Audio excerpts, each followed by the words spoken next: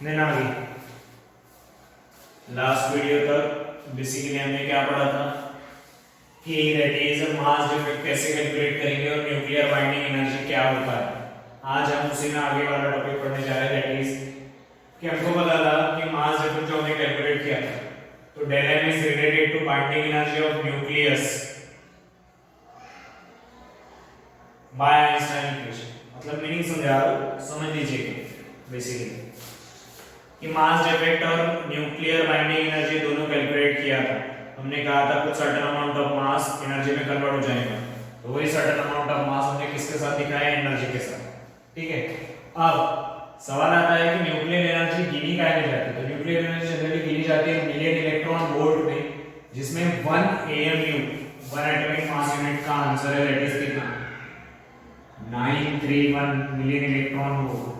और इसको अगर आप डेल m के आंसर के साथ मल्टीप्लाई कर दोगे तो सीधा सीधा आपको अपना क्या पता चल जाएगा, बाइंडिंग एनर्जी। आपको सीधा सीधा क्या पता चल जाएगा, बाइंडिंग एनर्जी।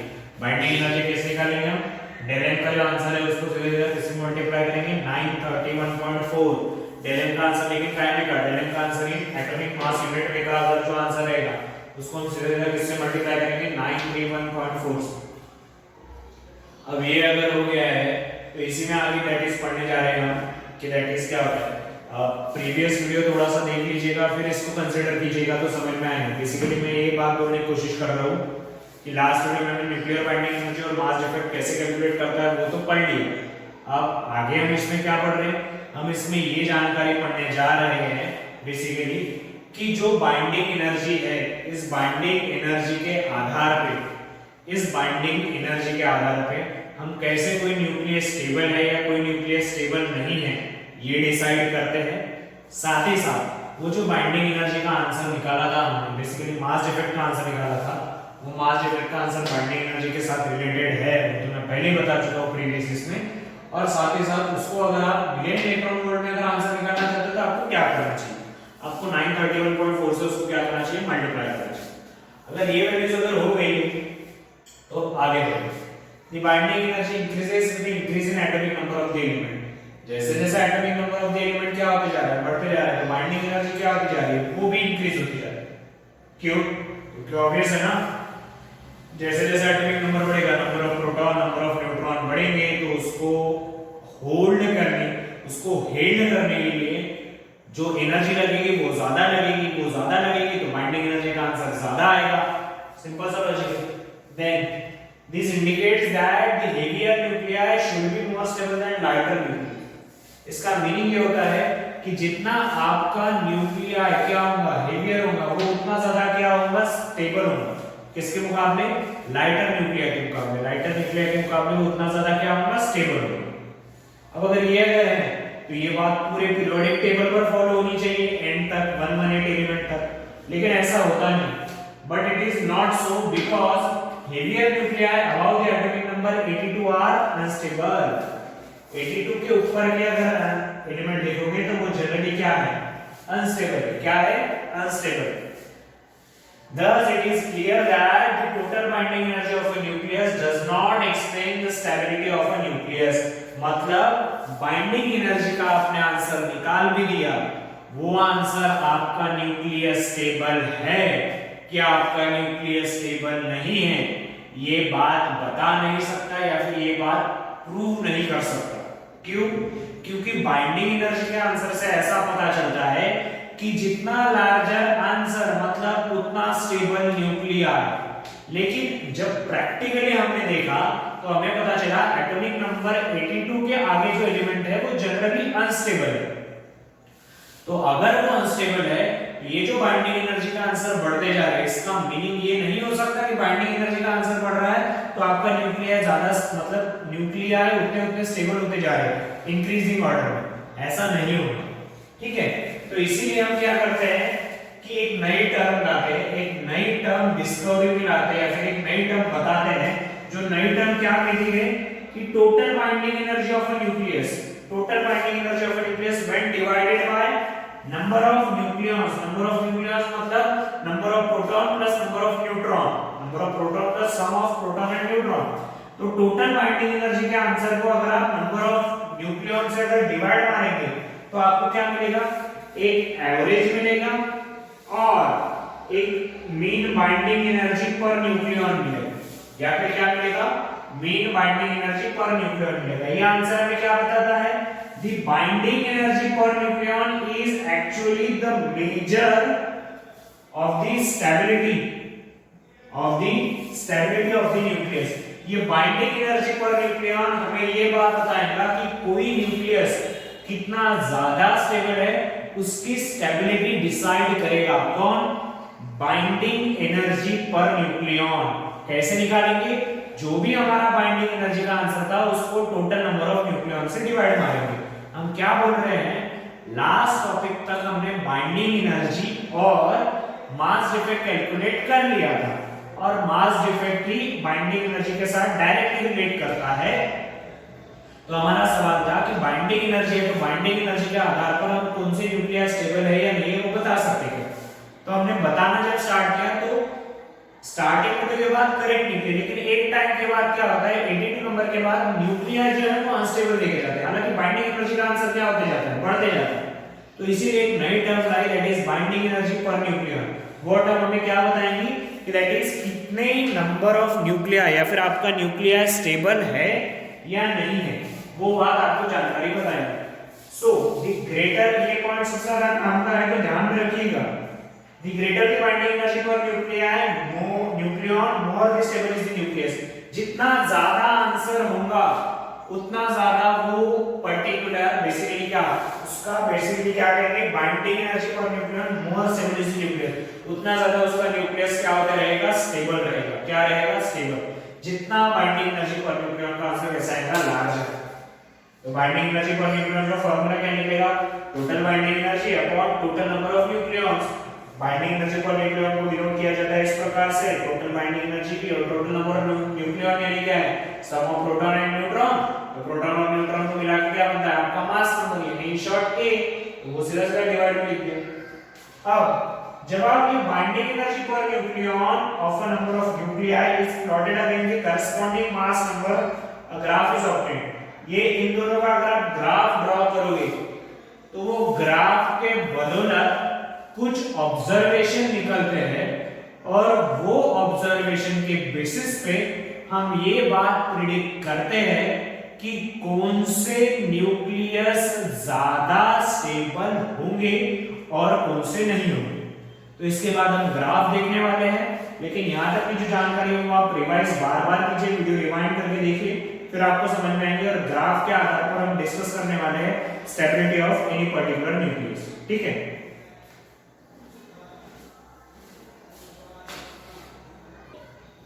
देन आगे basically binding energy per nucleon किसके लिए जरूरी है वो हम डिस्कस कर चुके हैं कि binding energy per nucleon stability of the nucleus बताने के लिए हमें बहुत ज्यादा इंपॉर्टेंट है। तो अगर वो है तो उसके बेसिस पे मैंने binding energy per nucleon of number of nuclei plotted against the corresponding mass number of graph is obtained.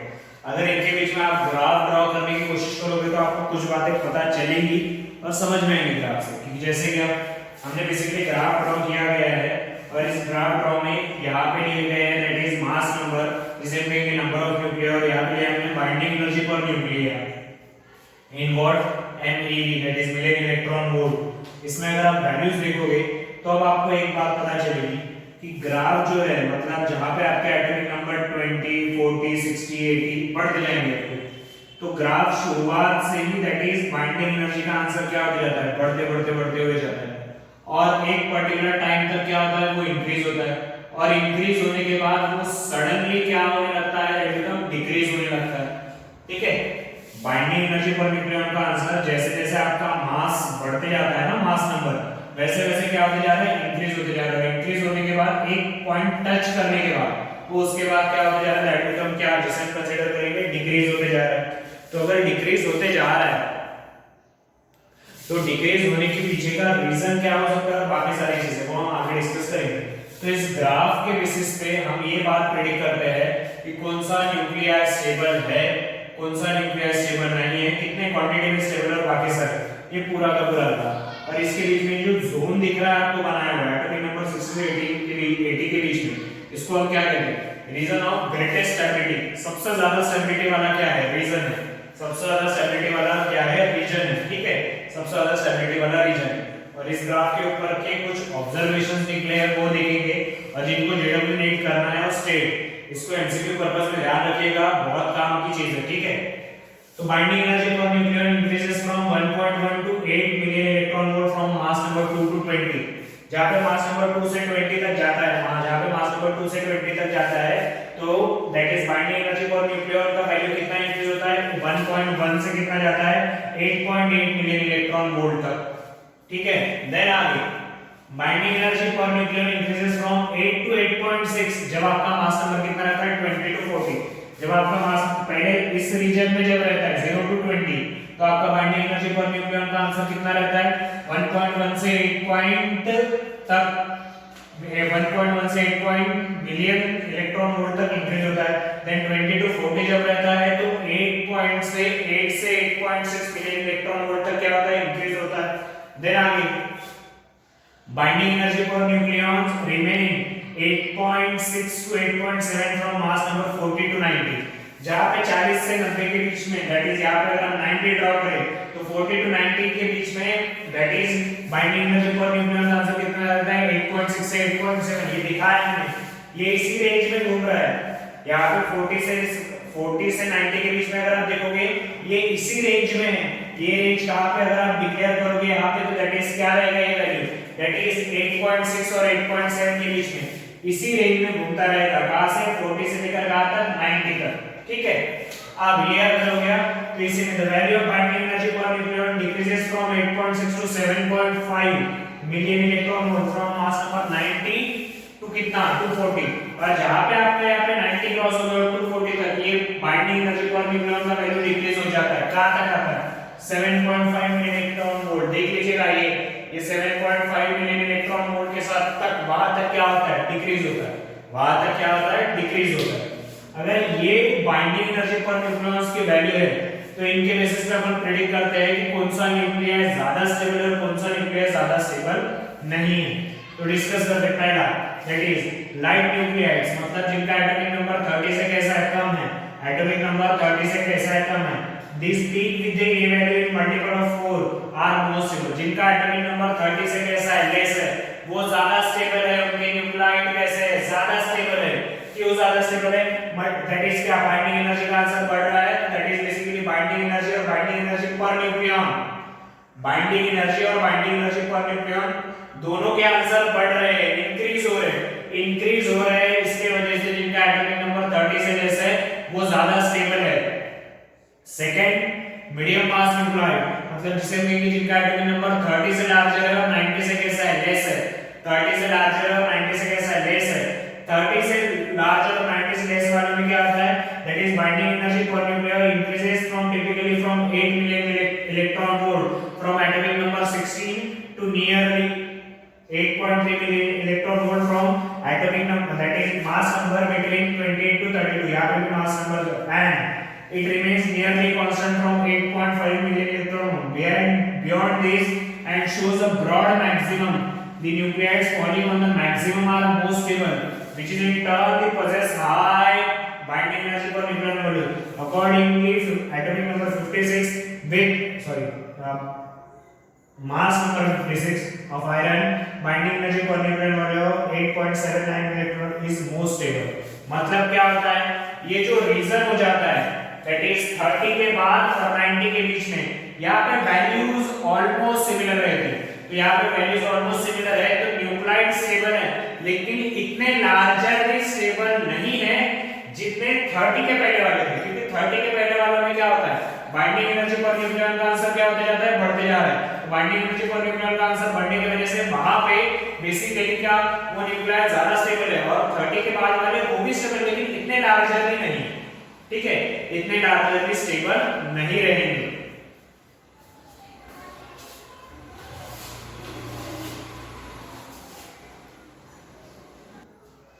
Then atomic number 90 से आगे जब होता है बेसिकली, जिसे हम क्या कहेंगे, हेवी न्यूक्लाइड्स, जिसमें maximum binding energy for nucleon decreases from 8.79 million electron volt to 7.7 million electron volt from atomic mass number that is 210.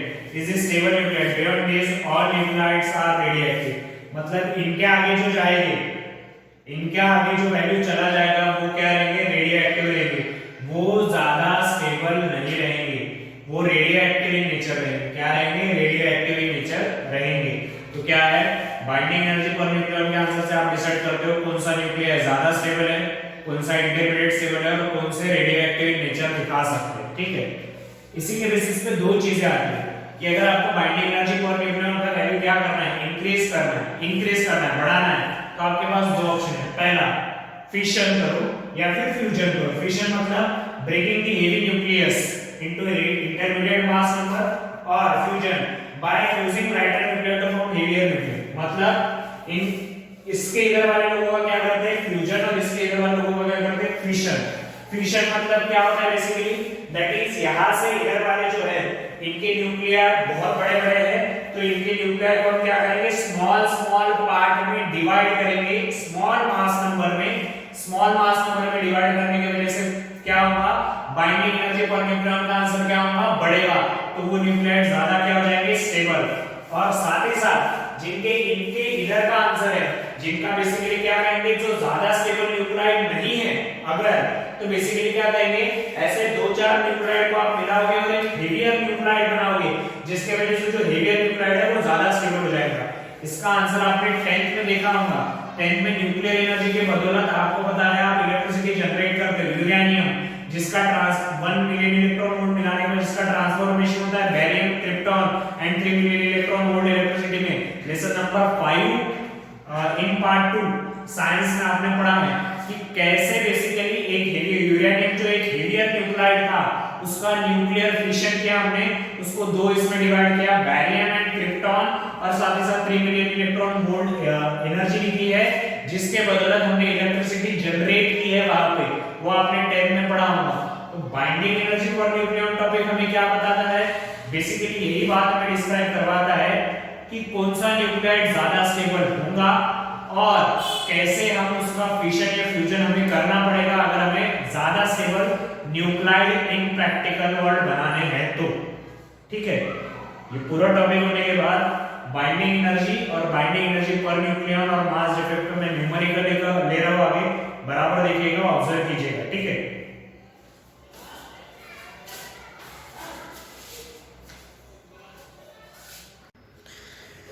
Then next last तक हमने मास डिफेक्ट और दैट इज बेसिकली क्या कहेंगे, binding energy and binding energy per nucleon के बारे में जानकारी ले ली थी, क्या क्या था। अब बाइंडिंग एनर्जी पर न्यूक्लियन और मास डिफेक्ट, इनके बेसिस पे हमने कहा था कौन से न्यूक्लाइड ज्यादा स्टेबल है, कौन से न्यूक्लाइड ज्यादा स्टेबल नहीं है, इन सब के बारे में हम डिस्कशन करते हैं। उसी के बेसिस पे एक आपको न्यूमेरिकल दिया गया है, बेसिकली बहुत कम न्यूमेरिकल है इस टॉपिक पे, लेकिन एंट्रेंस वालों के लिए ज्यादा कंसिडरेबल है क्योंकि उनके लिए ज्यादा पर्टिकुलर क्या कहेंगे इसके ऊपर क्वेश्चन बन सकते हैं। तो हमें वही पता करना है कि पर्टिकुलर हमें एक तरह क्वेश्चन दिया रहेगा और पर्टिकुलर दैट उसकी बाइंडिंग एनर्जी पर न्यूक्लियन क्या है और बाकी सारा। तो बाइंडिंग एनर्जी पर न्यूक्लियन अगर हमने कैलकुलेट कर लिया तो लास्ट मतलब इसमें थोड़ा सा पहले इसी वीडियो में आपने ग्राफ देखा होगा, तो वो ग्राफ में आपको समझ में आ जाएगा कि ये जो न्यूक्लाइड है जो हमें दिया गया है, ये न्यूक्लाइड स्टेबल है कि नहीं है, और स्टेबल है तो कितने लेवल पे, रीजन ऑफ एक्स्ट्रा स्टेबिलिटी के जोन में आता है, कौन से जोन में आता है, आप उसको डिवाइड कर सकते हो और दैट केस में आप बता सकते हो कि उसका न्यूक्लाइड स्टेबल है कि नहीं। ठीक है, क्योंकि generally binding energy per nucleon तब निकाला जाता है जब क्या न्यूक्लाइड स्टेबल है कि नहीं वो कैलकुलेट करने के लिए। ठीक है, तो अगर ये बात करें तो हमें क्या निकालना है, calculate the mean binding energy per nucleon. Binding energy per nucleon मतलब हम कहेंगे उसको रिप्रेजेंट किया जाता है, इससे ये निकालना है बाइंडिंग एनर्जी पर न्यूक्लियन का वैल्यू हमें क्या करना है, निकालना है for the formation of O16 and 8 nuclear, मतलब जिसका मास नंबर है 16 और एटॉमिक नंबर है 8, ऐसे न्यूक्लियर का हमें क्या निकालना है, बाइंडिंग एनर्जी पर न्यूक्लियन। आगे the mass of oxygen atom, अगर हम गिवन की बात कर रहे हैं तो मास कितना बोला है 15.994 U। आगे the mass of hydrogen atom, mass of hydrogen atom यानी क्या हो गया MH, वो कितना है 1.0078 U, और as well as mass of neutron that is क्या कहेंगे हम Mn, वो वैल्यू कितना है 1.0087 U। इतना गिवन है और हमें क्या निकालना है, बाइंडिंग एनर्जी पर न्यूक्लियन। लेकिन बाइंडिंग एनर्जी पर न्यूक्लियन अगर निकालना है तो बात सुनिएगा और समझ जाइए कि क्या होता है। आपको पता है बाइंडिंग एनर्जी पर न्यूक्लियन निकालते वक्त बाइंडिंग एनर्जी का आंसर पता होना चाहिए अपॉन क्या होना चाहिए, मास नंबर, ये फॉर्मूला है। तो हमें पहले बाइंडिंग एनर्जी का आंसर निकालना पड़ेगा। अब बाइंडिंग एनर्जी का अगर आंसर निकालना है तो बाइंडिंग एनर्जी का आंसर कैसे निकलता है, डेल m मल्टीप्लाइड बाय 931.4, ये आंसर क्या में निकलता है, MeV, that is million electron volt में। तो हमें पहले बाइंडिंग एनर्जी का आंसर निकालना पड़ेगा, फिर हम बाइंडिंग एनर्जी पर न्यूक्लियन का आंसर निकाल सकते हैं। लेकिन बाइंडिंग एनर्जी पे कैलकुलेट करने के लिए पहले कौन सा आंसर निकालना पड़ेगा, डेल m। किसका आंसर निकालना पड़ेगा, डेल m। डेल m का फॉर्मूला क्या कहता है, सिंपल सा, a minus z into mn। a minus Z मतलब क्या होता है, atomic mass number, that is mass number minus atomic number multiplied by mass of neutron, multiplied by क्या आएगा, मास ऑफ न्यूट्रॉन। आगे साथ ही साथ इसमें अगर हम ऐड करें तो that is z into mh, that is mass of hydrogen. z यानी क्या होता है, नंबर ऑफ प्रोटॉन कह लीजिए, एटॉमिक नंबर कह लीजिए, into what, mass of hydrogen. और आखिर में क्या करना है, मास, किसका मास, जो पर्टिकुलर दिया रहेगा, क्योंकि डेल m का फॉर्मूला क्या कहता है, that is calculated mass minus observed mass. ठीक है, calculated mass minus observed mass जो हम फॉर्मूला लेके चलते हैं तो हम कैलकुलेट करेंगे और एज वेल एज उसमें से ऑब्जर्व्ड मास क्या करेंगे, माइनस करेंगे। तो अगर हम वही वाला फॉर्मूला लगाते हैं डेल m का, तो डेल m का फॉर्मूला लगाते वक्त हमारे पास वैल्यू क्या है, a minus z into m n plus z into m h minus m. तो अगर हम ले ले a माइनस, ऑक्सीजन की बात चली तो मास नंबर है 16, z का आंसर है 8, मास ऑफ न्यूट्रॉन है that is 1.0087 u plus z मतलब क्या होता है, एटॉमिक नंबर, एटॉमिक नंबर कितना है 8, 8 इनटू मास ऑफ हाइड्रोजन कितना बोला है 1.0078 u। और अगर हम माइनस करेंगे तो माइनस क्या करना है, ऑक्सीजन का मास, मास कितना बोला है 15.994। तो यहाँ पे हम सीधा सीधा ले ले तो 8 इंटू कितना आएगा 1.0087 u प्लस 8 इंटू 1.0078 u, ये ब्रैकेट के अंदर आएगा टर्म, क्योंकि दोनों का मल्टीप्लिकेशन करके ऐड करेंगे और उसमें से आंसर कितना माइनस करेंगे 15.994 u। ठीक है, इतना आंसर हम क्या करने वाले हैं, सब्ट्रैक्ट करने वाले हैं, इतना आंसर हम उसमें से क्या करने वाले हैं, सब्ट्रैक्ट। तो हमें किसका आंसर मिलेगा, डेल m का, डेल m दैट इज जिसे हम क्या कंसीडर करेंगे, मास डिफेक्ट का। ठीक है, इन दोनों का मल्टीप्लाई करेंगे और इन दोनों का मल्टीप्लाई करेंगे, दोनों का एडिशन करेंगे और उसमें से आंसर क्या करेंगे, माइनस। तो हमें क्या आंसर मिलेगा, डेल m का आंसर मिल जाएगा। ठीक है, अब डेल m का आंसर निकालने के बाद जो भी डेल m का आंसर आएगा उसको मल्टीप्लाई कैसे करना पड़ेगा, 931.4। तो हमें काय का आंसर मिलेगा, बाइंडिंग एनर्जी का, काय में मिलियन इलेक्ट्रॉन वोल्ट में, काय में मिलेगा मिलियन इलेक्ट्रॉन वोल्ट में। मिलियन इलेक्ट्रॉन वोल्ट में आंसर मिलने के बाद वो जो बाइंडिंग एनर्जी का मिलियन इलेक्ट्रॉन वोल्ट वाला आंसर है वो ऊपर लिखना पड़ेगा और उसको डिवाइड मारना पड़ेगा कितने से, 16 से, क्योंकि इसका मास नंबर है 16। तो कितने से डिवाइड मारेंगे, 16 से। तो हमें काय का आंसर मिलेगा, बाइंडिंग एनर्जी पर न्यूक्लियन का। काय का आंसर मिल सकता है, बाइंडिंग एनर्जी पर न्यूक्लियन का आंसर मिलेगा। तो इसी प्रकार आप बाइंडिंग एनर्जी पर न्यूक्लियन के आंसर निकाल सकते हैं। मैंने कैलकुलेशन पार्ट नहीं किया है, वो आप लोगों के लिए रखा है, आप कैलकुलेशन पार्ट इसमें का कर लीजिएगा। क्या निकालना है, ये मल्टीप्लाई कीजिए, एडिशन कीजिए, फिर ये वैल्यू सब्ट्रैक्ट कीजिए, तो आपके डेल m का आंसर रहेगा। वो डेल m का आंसर यहाँ पे पुट कीजिए, उसको 931.4 से मल्टीप्लाई कीजिए, आपका आंसर क्या आएगा, that is million electron volt में आएगा। जो आंसर आएगा वो यहाँ पे पुट कीजिए, तो डिवाइड बाय मास नंबर, तो आपका बाइंडिंग एनर्जी पर न्यूक्लियन का आंसर आराम से आ जाएगा। ठीक है, तो इस पैटर्न में हम बाइंडिंग एनर्जी पर न्यूक्लियन के आंसर्स कैलकुलेट करते हैं। ठीक है, तो ये अगर हो गया, इसके साथ साथ और जो एक्स्ट्रा क्वेश्चंस है आपकी टेक्स्ट बुकों में और जो बुक आपको रेफर करवा के दी गई है उसमें है, तो आप प्रैक्टिस के तौर पे उनको बार बार चुराइए ताकि आपको बाइंडिंग एनर्जी पर न्यूक्लियन निकालना आ जाए।